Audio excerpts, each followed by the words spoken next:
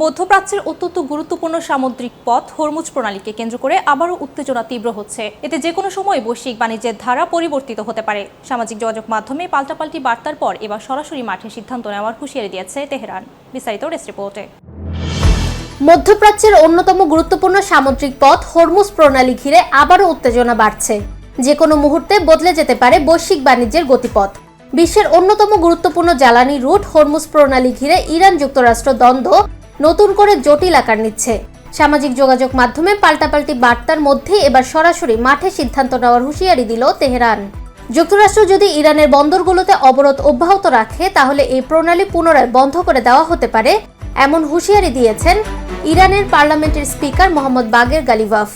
শুক্রবার দেওয়া এক বার্তায় গালিবাফ সরাসরি যুক্তরাষ্ট্রের প্রেসিডেন্ট ডোনাল্ড ট্রাম্পকে কটাক্ষ করেন। সাম্প্রতিক সময়ে ট্রাম্প তার নিজস্ব সামাজিক মাধ্যম ট্রুথ সোশ্যালে হরমুজ প্রণালী নিয়ে একাধিক মন্তব্য করেছেন। এর জবাবেই গালিবাফের এই কঠোর অবস্থান বলে মনে করা হচ্ছে।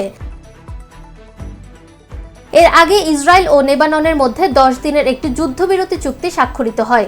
যুক্তরাষ্ট্রের রাজধানী ওয়াশিংটন ডিসিতে অবস্থিত হোয়াইট হাউসে এই চুক্তি সম্পন্ন হওয়ার পর ইরান সাময়িকভাবে হরমুজ প্রণালী বাণিজ্যিক জাহাজ চলাচলের জন্য উন্মুক্ত করে। ইরানের পররাষ্ট্রমন্ত্রী আব্বাস আরাকচি সামাজিক যোগাযোগ মাধ্যমে দেওয়া এক বার্তায় বিষয়টি নিশ্চিত করেন।